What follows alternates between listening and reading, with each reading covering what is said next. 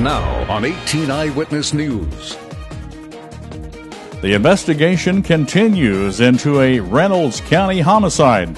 Also, Farmington is getting a new tool to assess the impact of development on the water system. Plus, Ellington is looking forward to Spring Fever Days next weekend. All of these stories, and how much longer will the summer temperatures be with us? Coverage you can count on. This is 18 Eyewitness News. Hello, everybody. Thanks for joining us. I'm Fred Dawkins, and here are the top stories that we're working on for you this hour. The investigation continues into an April 25th homicide in Reynolds County. Now, last week, we reported that the sheriff's office in Reynolds County received an early morning 911 call from a home off County Road 336 in Redford about shots being fired. When Sheriff Tom Vollner and a deputy arrived, they found Tom Espy dead from a gunshot wound inside the home. Now, the sheriff says at the moment they're just expecting some paperwork to be approved. We're waiting for some paperwork to come back, trying to, evidence, of course, and then we've done some search warrants and subpoenas, so we're waiting on that stuff to come back. Sheriff Vollner says his department continues to pursue a couple of leads in the case. And now Dustin Kopp is here with a look at our first forecast overnight. Dustin?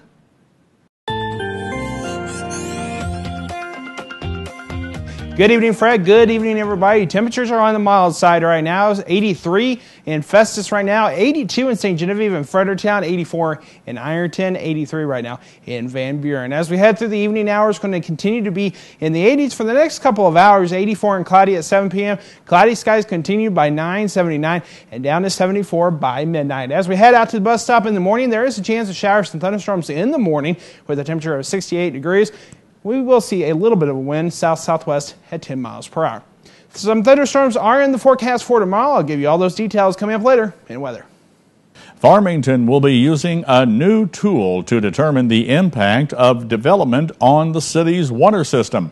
Farmington recently received a grant from the Missouri Department of Natural Resources to do a water study. Public Works Director Larry Lacey says they will use the grant to build a model of the city's water system. And the benefit that has for us is that if we have, let's say a new development comes to town and they're wanting to build up, a new industrial facility. And so we can use that model to determine what kind of impact that will have on our water system. Lacey says by using the model, they'll know if a new development could create water shortages in the system before the facility is built. The North County schools will provide free meals to district children during their summer school program. Food Service Director Ruth Rose says the district received funding from the National School Breakfast and Lunch Program to offer the meals. And she says students who aren't in the summer school program can still take part. We are eligible to participate in a program that will provide free breakfasts and lunches to any student participating in our summer school, and also any other child ages, I think it's 3 to 18, can come over and join us for meals. But if they do want to do that, we'd appreciate a phone call first. The free breakfast and lunch will be served from May 21st through June 15th. Now, any child not attending summer school may receive free meals by calling 431-3300 extension 641 to enroll in the Summer Food Service Program. Ellington's Spring Fever Days Festival is next weekend. Chamber of Commerce President Christy Roberts says they've built on the almost 40-year tradition to make this year's event the best ever. Christy says some favorite attractions have also been expanded this year.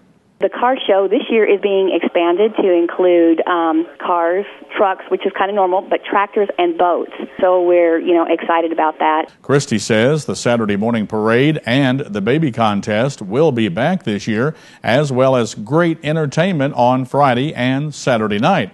She adds that Spring Fever Days is a time for folks to come home. Everybody comes home that weekend. It's graduation weekend for here at Ellington. So a lot of people come home and visit with friends and family, and they just look forward to seeing each other. Ellington's Spring Fever Days are May the 11th and the 12th. You're watching 18 Eyewitness News with Fred Dawkins, Dawn Arnold, Chief Weathercaster Dustin Kopp and Jeremy Martin with sports. 18 Eyewitness News continues. The annual Spring Mountain Music Festival returns to the Arcadia Valley the weekend of May 18th. The festival features not only bluegrass, country, and gospel music, but square dancing and clogging as well. Event organizer Tim Sappington says the music and the location draws people from hundreds of miles away. We've got many places to stay for the weekend. You know, there's so much to do in the area with Elephant Rocks and Johnson Shut-ins, Tom's Hawk. That's the best part of the Mountain Music Festival is it's all happening next to the Civil War era courthouse among the mountains of the beautiful Arcadia Valley. The festival also includes crafters, artisan demonstrations, and the vintage tractor parade, as well as homemade chicken and dumplings. That's for the lunch on Sunday. The Ozark National Scenic Riverways will be participating in Ticket to Ride. This is the inaugural year for the program, which is funded by the National Park Foundation.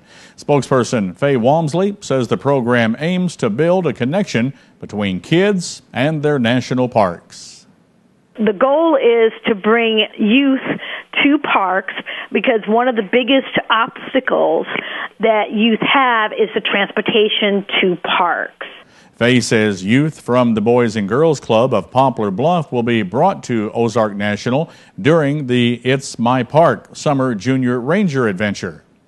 We're excited for the Boys and Girls Club to come out this summer and experience their national park. Through Ticket to Ride, buses will bring the kids to Ozark National Wednesday through Friday for 8 weeks so they can explore various locations within the park. The New Beginning Support Group's annual Giant Yard Sale to benefit Relay for Life in Farmington will be June 1st and 2nd. Facilitator Kathy Grogan says while New Beginnings won't have a team this year, she's joined forces with the License to Cut Relay team. Now, Kathy says folks can help by donating items to the yard sale.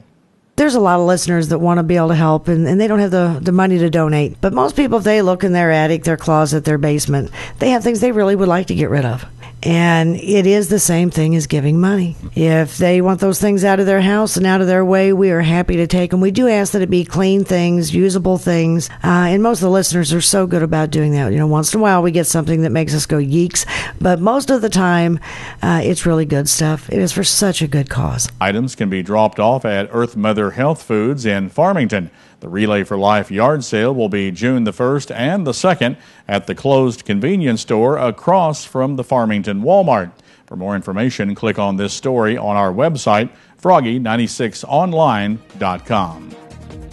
Now, here's your Storm Tracker 18 weather forecast with Chief Weathercaster Dustin Kopp. And welcome back. We're going to see a mild night tonight. Showers and thunderstorms develop late tonight into tomorrow, and they're going to last off and on through tomorrow. Temperatures, on the other hand, are going to be on the warm side through Sunday and then cooling off by Monday. Here in southeast Missouri, temperatures are in the 80s, 83 right now at Cape Girardeau, 84 in Poplar Bluff, Van Buren right now at 83, 83 in Potosi and Festus. Here at the station, we have a current temperature. It's a little bit warmer than most areas at 86 right now, partly to mostly cloudy skies. Current dew point at 68. It feels like 89 though, however, and then our humidity 54%. So not really too much humidity, but we're seeing a little bit of humidity out there. Winds right now south at 11 miles per hour. Today, we saw plenty of sunshine. Tomorrow's going to be a different story. We're going to see a chance of showers and thunderstorms through southeast Missouri. This band of rain is the prominent feature of the storms throughout tomorrow, and that's the chance that we could see some severe thunderstorms throughout central Missouri into Illinois and Indiana. So for tonight, we'll see continuing clouds increase with a chance of showers and thunderstorms. Low is 65, south wind 10 to 15, 65 in Festus, Ironton 66, as well as in Ellington, Potosi 65, Piedmont and Poplar Bluff, a low of 66 tonight. Then tomorrow, showers and thunderstorms likely with a high of 89 degrees. Some areas a little bit warmer than that, like in Piedmont, 91, Poplar Bluff, 91 as well, and 89 in Cape Girardeau. For the next several days here in southeast Missouri, it's going to be on the warm side, at least through the weekend, 91 on Saturday, partly sunny skies. Showers and thunderstorms possible on Sunday with a high of 89. Much cooler on Monday, Tuesday, Wednesday, and Thursday. Temperatures in the mid to upper 70s. Chance of showers and thunderstorms continue from Monday through Wednesday, and then plenty of sunshine on your day on Thursday. Another look at our weekend forecast here in southeast Missouri. We'll continue to see plenty of sunshine on Saturday, high 91, low 68, 89, and partly to mostly cloudy skies, and then a chance of showers and thunderstorms on your Sunday with a low of 69. That's Jessica of your Storm Tracker weather forecast. More details are located at froggy96online.com. Just click on the weather tab. Fred. This is Sports Zone, only on 18 Eyewitness News with Jeremy Martin.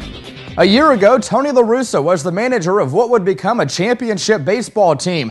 Now he is a delivery boy handing out World Series rings. Since everyone on the team gets a ring, but some players have moved on, La Russa volunteered to do a tour to present the rings to his former players. While the former Cardinals manager, as a member of the commissioner's office staff, is representing Major League Baseball in various matters, he's also scouting in his capacity as National League manager for the All-Star Game to be played on July 10th in Kansas City. The Blues are preparing for tonight's game, trying to get back into their playoff series after their debilitating 5-2 loss to Los Angeles Monday night. In the franchise's 44 seasons, the Blues have trailed a best-of-7 series 2-0 15 times and rallied to win the series just once. That was back in 1972 against the Minnesota North Stars. To turn the trick this time, the Blues will need to create more scoring opportunities after ringing up just 3 goals on 58 shots in their first 2 games. The power play unit also must crack LA's stingy penalty killers. After going 0 for 9 Monday, the unit is 0 for 26 against the Kings this season, including 0 for 12 in the playoffs. The Rams' plan to renovate the Edward Jones Dome is signed, sealed, and delivered, but not yours to see. The Rams and the St. Louis Convention and Visitors Commission, the public agency that operates the dome, are not releasing the team's proposal, even though taxpayers would likely fund the bulk of the improvements. The CVC rejected an open records request for the plan, citing exemptions in the state's Sunshine Law. The Rams front office, after delivering the plan to the CVC, also said it would remain out of public view. The CVC has until June 1st to accept or reject the Rams' counteroffer. If the two sides do not strike a deal by June 15th on how to make the dome a first-tier facility, they would go into arbitration, which could run through year's end. Without an agreement, the Rams could terminate the lease after the 2014 season or renew it on a year-to-year basis. And with Mizzou's impending move to the Southeastern Conference, the St. Louis Sports Commission is exploring the feasibility of creating a bowl game in the city. Sports Commission President Frank Viverito told reporters he would like to see a game matching opponents from the SEC and the Big Ten. Along those lines, Viverito said any potential bowl, which could be played either at Busch Stadium or the Edward Jones Dome, would not be worthwhile unless the appropriate resources can be mustered. In other words, what is a bowl able to pay out to the participants? At one end of the spectrum, the BCS championship game last season paid out $9 million apiece to Alabama and LSU, while at the other end, 3 bowls paid $250,000 to each school in their games. And that's a look at sports. We'll be back with today's Your Life segment right after this on 18 Eyewitness News. Do you see news happening in your neighborhood? Email us at news@kdkz.tv. After that story about the drinking water from the sewage plant, I don't know if I'm going to be having a cool drink of water anytime soon. Well, you know, the best choice of drink during the warm time would be lemonade or water, but you know, if you're going to choose not to drink water, I wouldn't drink anything else. Anyway, warm temperatures are going to continue for the next couple of days. We do have a chance of showers and thunderstorms late tonight into tomorrow, and as I was showing you during our weather forecast, that there's a greater chance a little bit towards the north where there could be a little bit of severe weather going on. Tomorrow it's just going to be off and on here, so we'll keep you updated if there is any severe weather that does hit the southeast Missouri area. but enjoy the warm temperatures because it's an early summer, I think. You bet it is. All right, we'll see you later on tonight with more, and then tomorrow morning at 6 a.m. for the early morning edition of 18 Eyewitness News. Have a blessed evening, everyone, and God bless you. Have a good night, everybody. Newswatch is next, and we'll see you tonight at 10.